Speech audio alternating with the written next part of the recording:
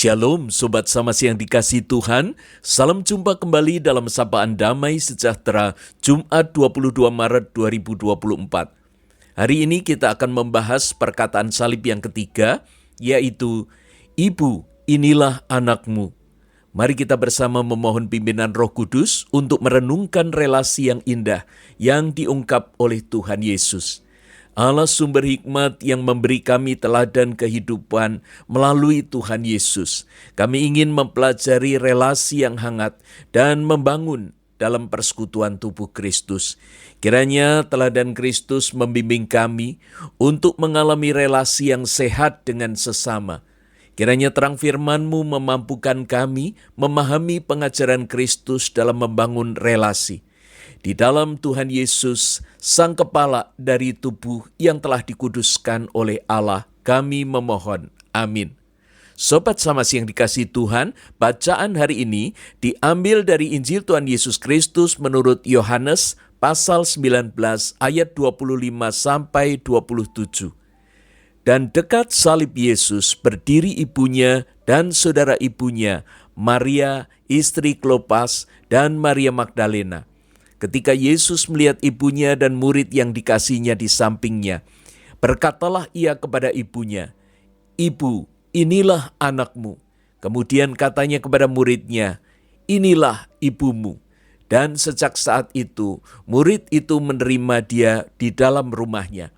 Pendengar bacaan hari ini, apakah Anda sedang membayangkan bahwa Yesus dalam kondisi santai, tengok kanan, tengok kiri, lalu setelah ngobrol dengan penjahat yang ada di sana, lalu kemudian dia menemukan ibunya yang sedang berada di sebelah Yohanes.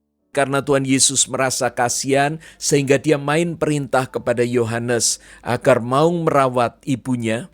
Sobat Samas, keilahiannya tidak serta-merta membuatnya bisa santai. Karena kemanusiaannya juga telah membuatnya merasakan penderitaan yang amat memprihatinkan. Kesakitan dan keberadaan di ujung maut merupakan kondisi yang membuat siapapun sangat sulit mengendalikan dirinya.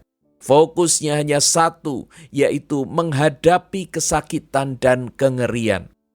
Bagaimana mungkin Yesus yang sedang di ujung maut masih bisa memperhatikan ibunya? Sobat Samas, Yohanes dengan jeli mencatat bagian ini karena melihat kepedulian Yesus yang luar biasa. Bagian ini bukan sedang bicara tentang ego Yesus yang minta supaya ibunya diperhatikan, melainkan sebuah pengajaran penggembalaan dalam hidup berjemaat.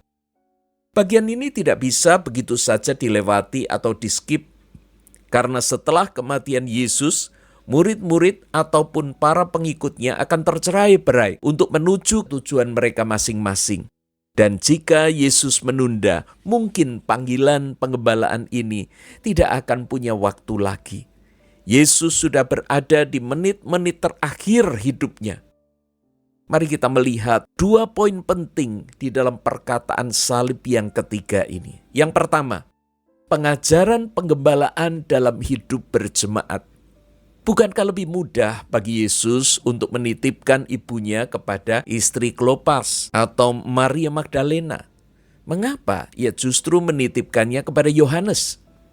Yohanes adalah murid yang tetap setia berada di dekat salib Yesus. Yohanes memiliki loyalitas yang tinggi. Dia tidak takut kalaupun harus ditangkap. Karenanya dia tetap berada dekat salib Yesus. Yesus juga yakin bahwa Yohanes akan mau menerima ibunya. Kelak Yohanes akan memimpin serta memuridkan para pengikut lainnya. Keteladanannya ikut menentukan bagaimana kepemimpinan di dalam jemaat pada waktu yang akan datang.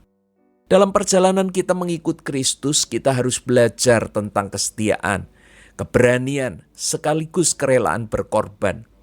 Demikian pula kita tidak bisa menyerahkan tugas pelayanan kepada siapapun dengan asal-asalan. Pribadi yang tidak punya relasi dengan Kristus, yang tidak memahami panggilannya dengan benar, tidak akan tulus dalam mengerjakan pelayanan. Mungkin mereka melakukannya dengan motivasi yang tidak benar dan ini akan merusak pelayanannya, bahkan kesatuan tubuh Kristus. Poin yang kedua adalah relasi keluarga besar dalam tubuh Kristus. Sobat Samas yang dikasihi Tuhan, panggilan yang Tuhan Yesus berikan kepada Yohanes bukanlah sebuah perintah untuk sekedar memberikan tumpangan. Sama seperti banyak orang yang hari ini memaknai hidup berjemaat berdasarkan besarnya keuntungan yang akan mereka dapat. Mungkin kita pun sedang menerima seseorang karena kita butuh materinya, butuh bakat atau talentanya, butuh statusnya di masyarakat atau pemerintahan. Atau kita sedang mengumpulkan banyak orang untuk bisa menaikkan popularitas kita. Bahkan kita sedang mencari tenaga pelayan gratis yang secara terselubung bisa dimanfaatkan, kalau tidak mau dibilang sebagai eksploitasi. Tuhan Yesus sedang merangkai ikatan relasi yang baru pada Yohanes dan ibunya, yaitu mereka akan menjadi sebuah keluarga. Tuhan Yesus tidak sedang berkata, "Ibu, inilah muridku yang mau memberikan tumpangan." Atau kepada Yohanes, "Yo, titip ibuku ya."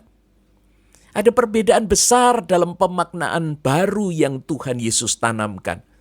Jika Tuhan Yesus menitipkan ibunya, maka Yohanes hanya akan menerima Maria karena sungkan pada Tuhan Yesus, tanpa perlu mengubah relasi lamanya dengan Maria. Sebaliknya, dengan pemaknaan yang baru, Yohanes sedang menempatkan Maria sebagai ibunya sendiri. Dengan pemaknaan yang baru ini, Maria tidak akan menuntut Yohanes untuk mengistimewakan dirinya karena merasa punya power bahwa ia adalah ibu dari guru yang dihormati Yohanes. Sebaliknya, Maria akan memberikan diri sepenuhnya kepada Yohanes seperti seorang ibu yang mencintai anaknya secara total.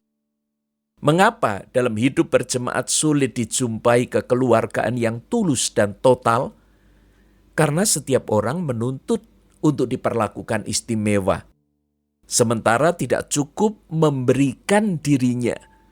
Bercermin dari poin relasi keluarga besar dalam tubuh Kristus ini, kita perlu sungguh-sungguh mempelajari perintah Tuhan Yesus, agar kita bisa memaknai relasi yang baru, yaitu sebagai keluarga besar dalam tubuh Kristus. Mari kita berdoa agar dapat mengambil peran yang tepat dalam pembentukan keluarga besar jemaat Tuhan.